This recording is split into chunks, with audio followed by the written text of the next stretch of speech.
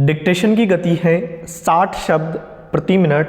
Dictation start होगा 5 second बाद, तब तक के लिए रेडी रहें।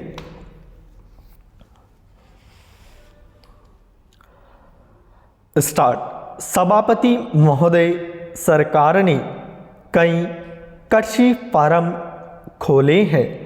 क्या ये फार्म घाटी में नहीं चल रहे हैं? अगर सारे खर्च जोड़ दिए जाएं, बड़े बड़े अधिकारियों के वेतन जोड़ दिए जाएं, तो पता चलेगा कि सारे ये कृषि फार्म घाटी में चल रहे हैं।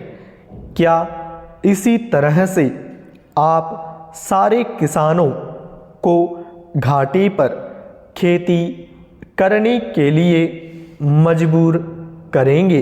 पैराग्राफ। जिस क्षेत्र से मैं आता हूँ वहाँ एक पुल बना है।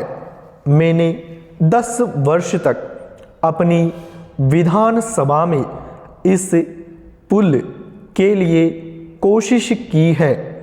जिस दिन से मैं यहाँ आया हूँ बराबर उसकी चर्चा करता आ रहा हूँ, बराबर कोशिश कर रहा हूँ। मैं कहता हूँ कि गंगा पर वह पुल बने।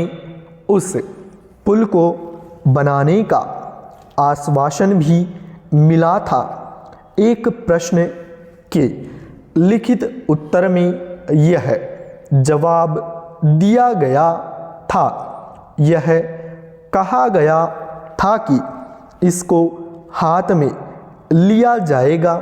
अब मालूम हुआ है कि उस योजना को उठाकर ताक पर रख दिया गया है और यह पुल नहीं बनेगा।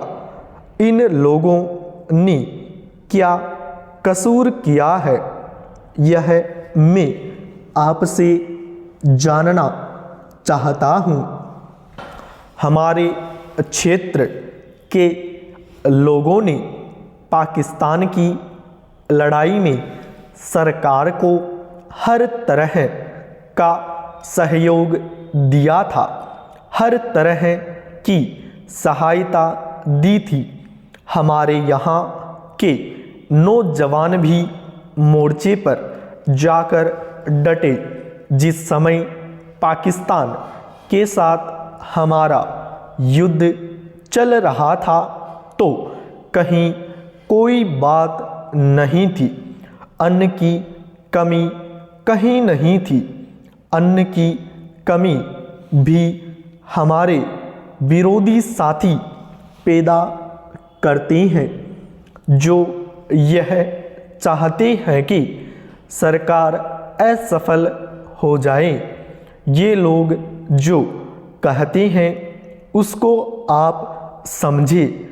एक तरफ तो हमारे मित्र की बात है जो देश के बड़े बड़े शहरों में दंगे करवाते हैं, दूसरी तरफ हम हैं जो कि इनकी बातों को नहीं समझ पाते।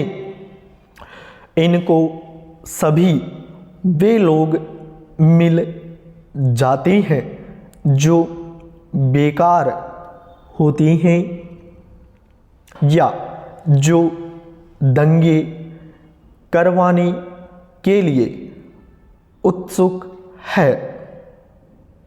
इसलिए सरकार का इन सारी चीज़ों की तरफ ध्यान जाना चाहिए और उसको सोचना चाहिए कि क्या तरीका इन सब से बचने का हो सकता है।